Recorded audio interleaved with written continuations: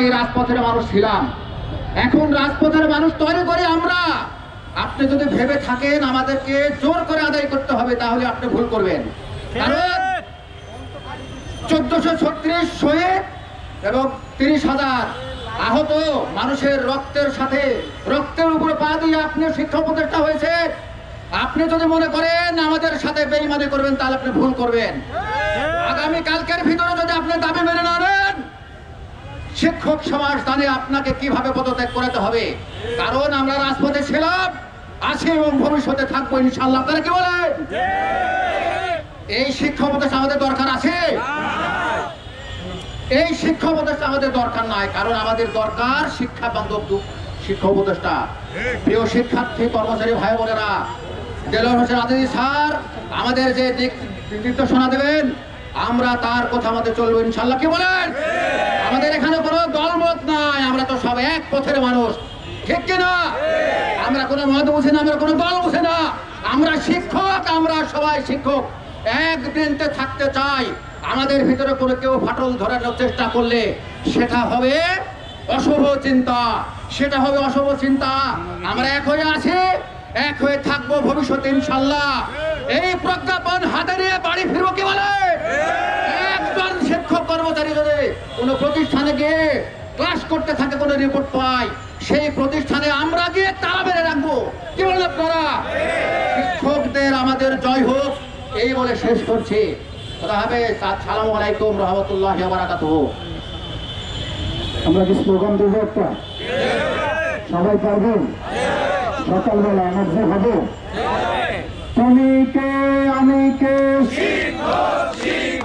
তোমার আমার পরিচয়। তুমি কে আমি কে, তোমার আমার পরিচয়। আপোষ না সংগ্রাম, দালালি না রাজপথ, প্রহসনের প্রজ্ঞাপন, 5% প্রজ্ঞাপন, প্রহসনের প্রজ্ঞাপন, 20% আবাসন ভাতা দিতে হবে, দিতে হবে। 1500 টাকা মেডিকেল ভাতা,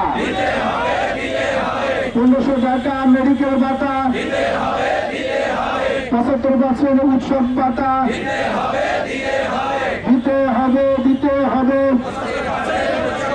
তুমি কে আমি কে। প্রিয় সহকর্মী ভাইরা, আমরা স্লোগানের পাশাপাশি বক্তব্য শেষ করবো। যারা আসতেন এ পর্যায়ে বক্তব্য নিয়ে আসতেন মোহাম্মদ শফিউল্লাহ, সহকারী অধ্যাপক, পাবনা সদর, পাবনা। 1 minute sir. আসসালামু আলাইকুম।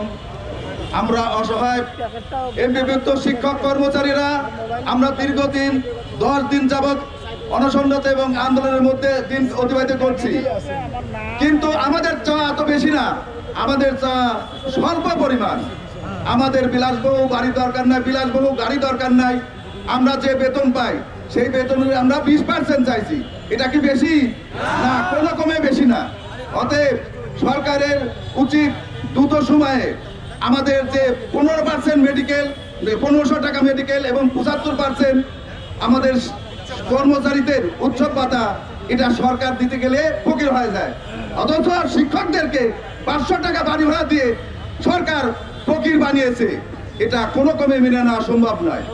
আমি সরকারকে উদ্দেশ্য করে বলতে চাই, বিশেষ করে আমাদের ঢাকা বিশ্ববিদ্যালয়ের শিক্ষক সিআর আরবারকে আমি বলতে চাই, আপনি একজন শিক্ষক হয়ে কিভাবে আমাদের শিক্ষকদেরকে অপমানিত করেন?